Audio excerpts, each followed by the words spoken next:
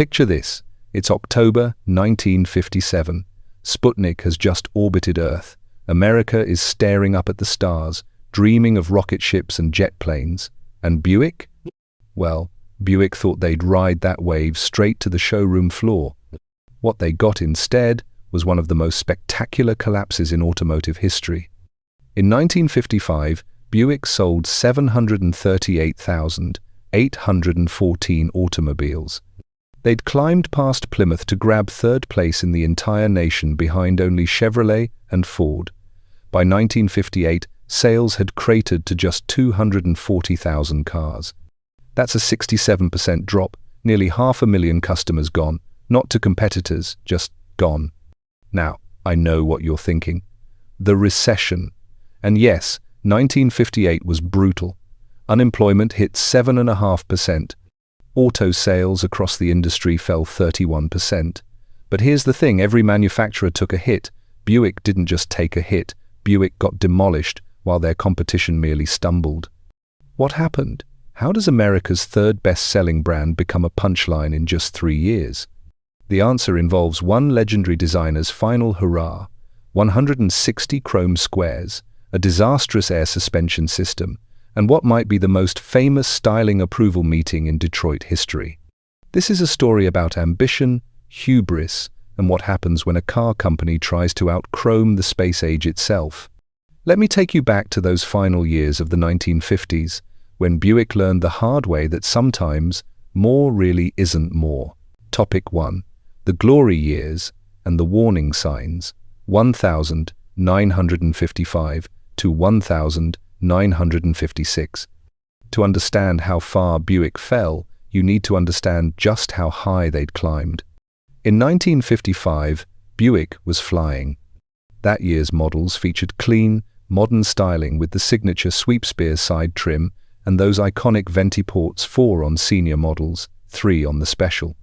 The new Riviera 4-door hardtop, introduced mid-year, was revolutionary. No B-pillar, acres of glass, and a design that made every competitor's sedan look dated overnight. The heart of these cars was the all-new 322 cubic inch Nailhead V8. Odd name? Sure, it came from the unusual vertical valve arrangement that made the valve heads look like, well, nails. But that engine could pull. Buick had always prioritized smoothness and torque for their Dynaflow transmission, and the Nailhead delivered.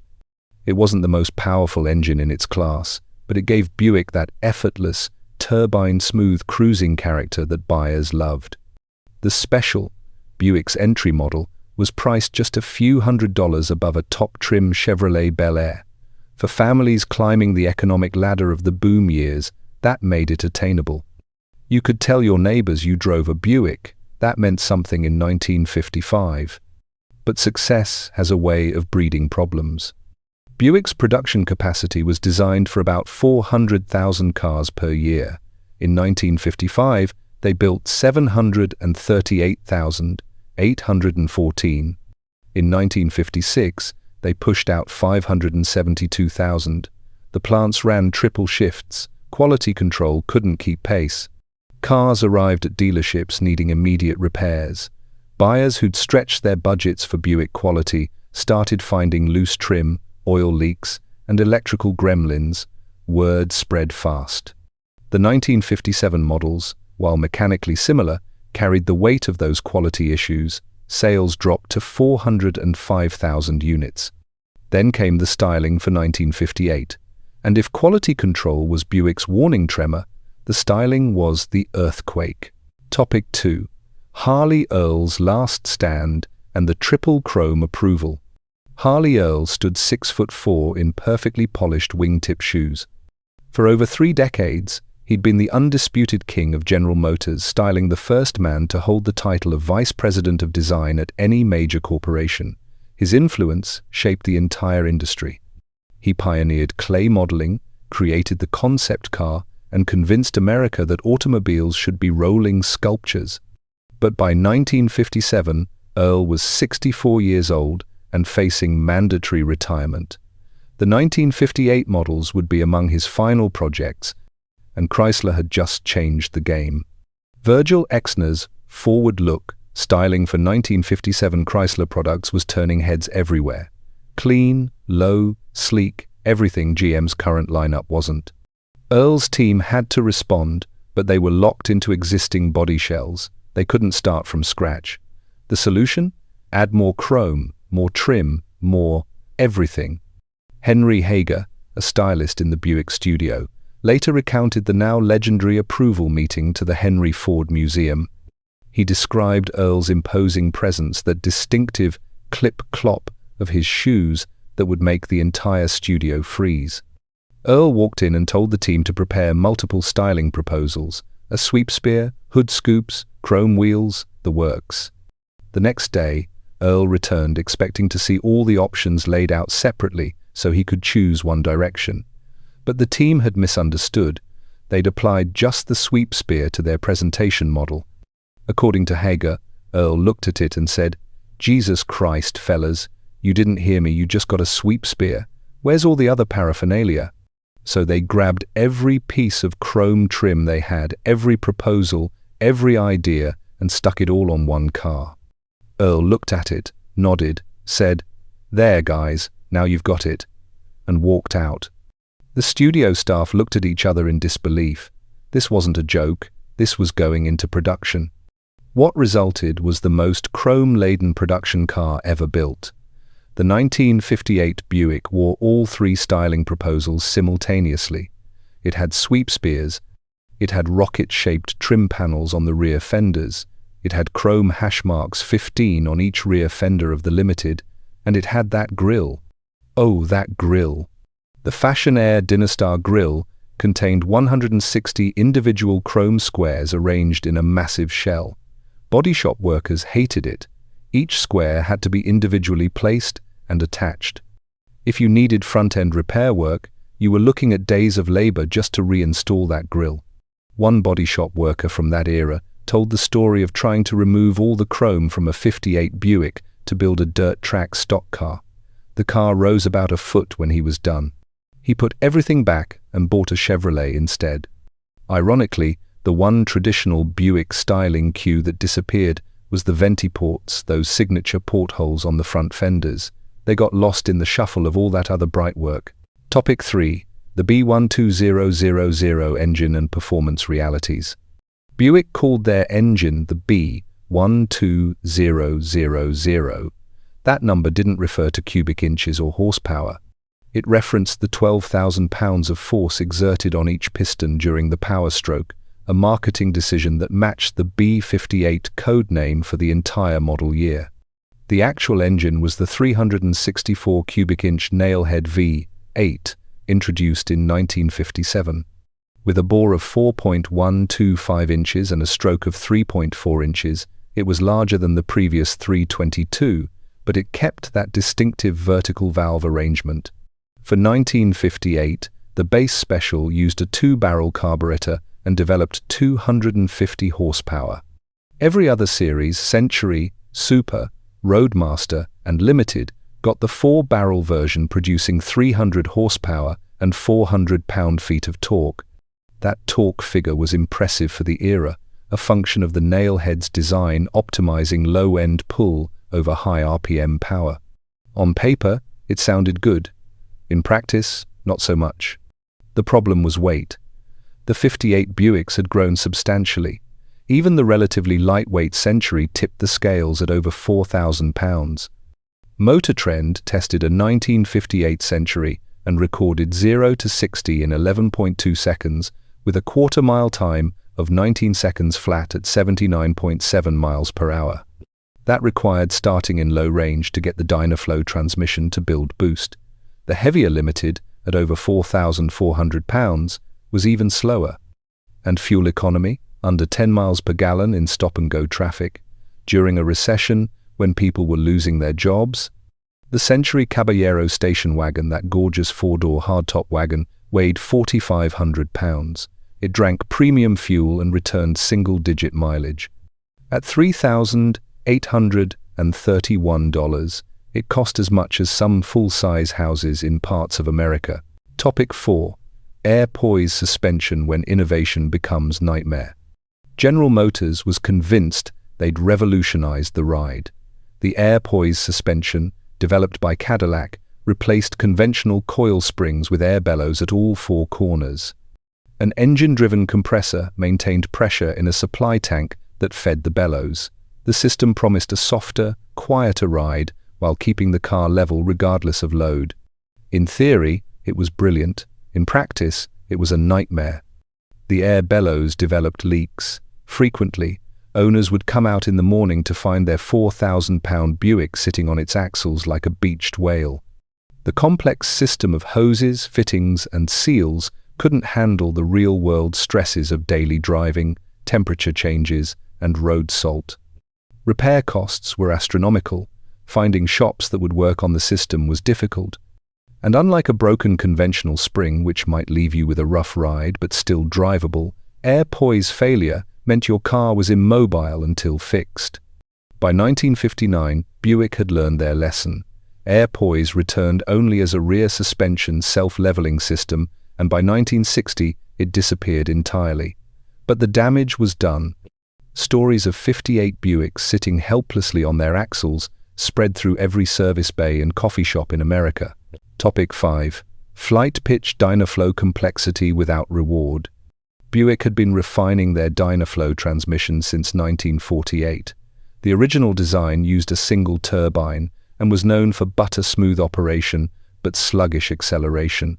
For 1958, they introduced the flight pitch Dynaflow with 3 turbines, essentially an early continuously variable transmission, similar in concept to the planetary eCVT in a modern Toyota Prius.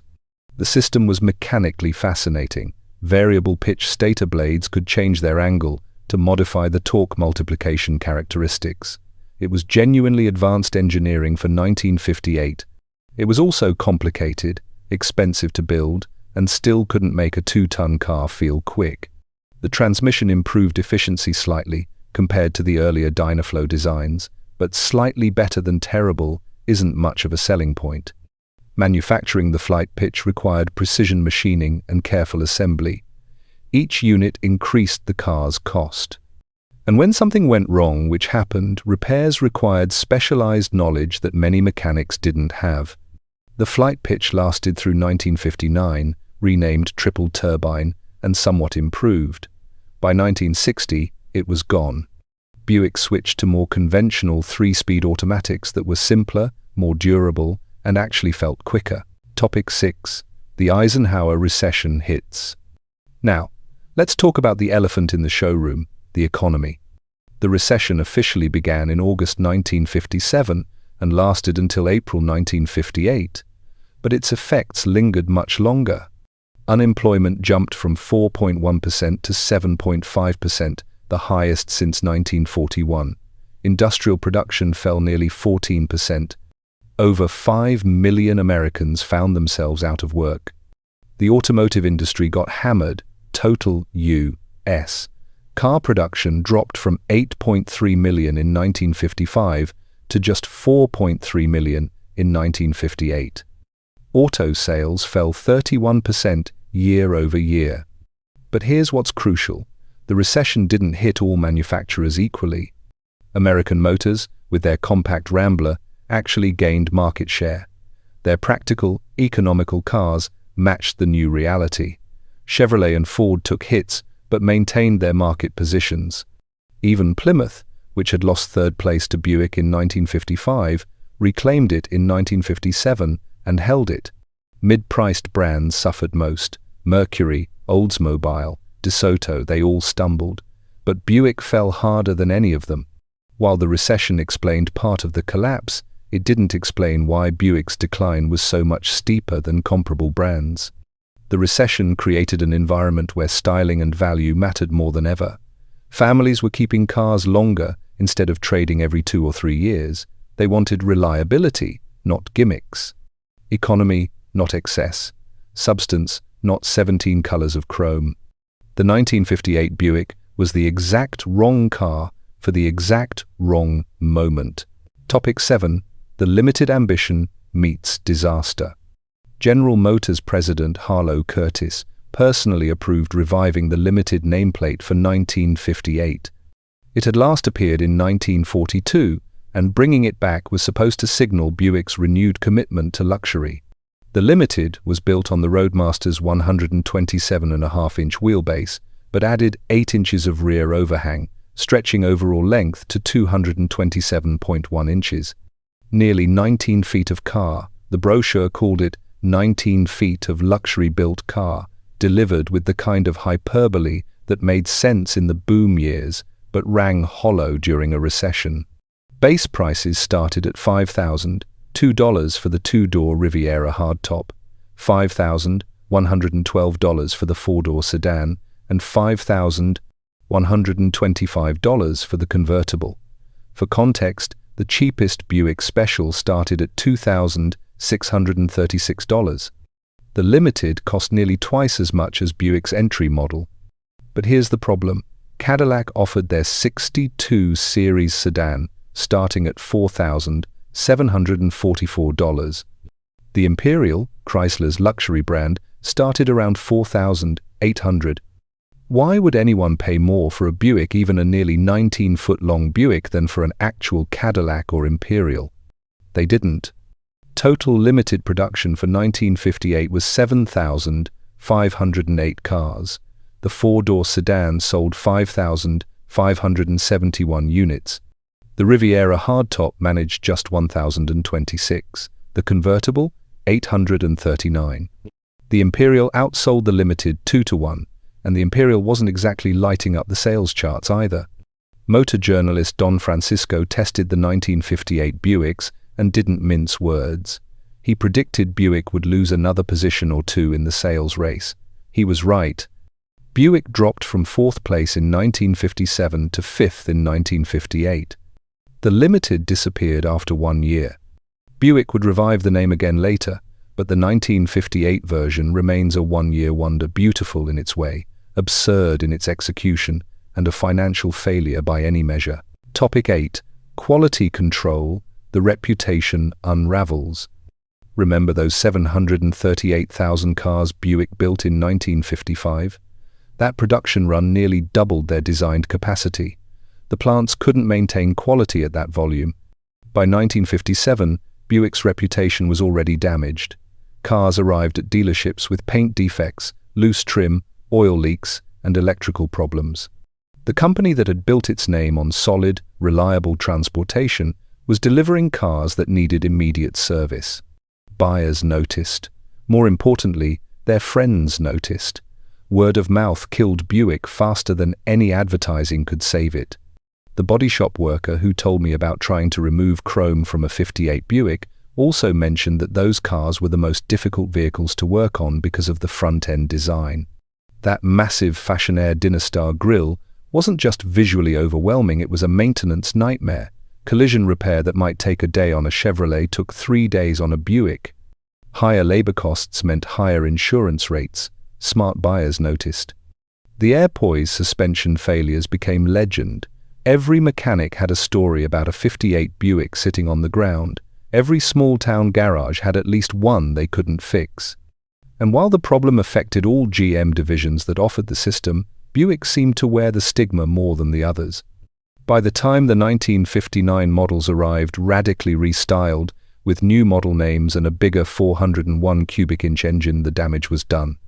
Yes, sales improved to 385,000 units, but that was still barely half of what Buick achieved in 1955.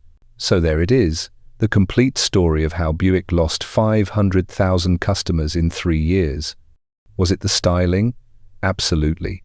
That chrome excess became a punchline, and Earl's final bow became a cautionary tale about what happens when a legend stops listening to the market. Was it the recession? Certainly. No manufacturer could escape the economic collapse of '57 and '58 unscathed. Was it the failed innovations? The airpoise suspension alone cost Buick dearly in reputation and goodwill. The overly complex flight pitch Dynaflow added expense without improving the driving experience. Was it the quality control collapse from overproduction? That may have been the most damaging factor of all. You can sell a homely car if it's reliable. You can sell a flashy car if it works. But you can't sell a flashy, expensive car that breaks down. The truth is, It was all of these things hitting simultaneously. Buick was caught in a perfect storm of bad timing, questionable decisions, and a market that was moving away from everything they represented. Bill Mitchell, who succeeded Harley Earl, spent the next several years toning down the chrome, simplifying the designs, and rebuilding Buick's reputation. The 1961 models were conservative almost to a fault, but that's what the market needed. The 1958 Buick remains one of the most fascinating failures in automotive history. Today, collectors prize them for their over-the-top exuberance. Original survivors command serious money at auctions. The limited convertible can bring six figures in excellent condition. But in 1958, they were exactly what nobody wanted. Expensive, thirsty, unreliable, and so loaded with chrome you could see them coming from 3 blocks away. I'd love to hear your memories. Did you or your family own a 1958 Buick? What do you remember about them? Drop your stories in the comments below. And if you enjoyed this deep dive into automotive history, hit that subscribe button and the notification bell. We've got more fascinating stories about the cars that shaped or nearly destroyed the American auto industry. Thanks for watching, and remember, sometimes the biggest lessons come from the biggest failures.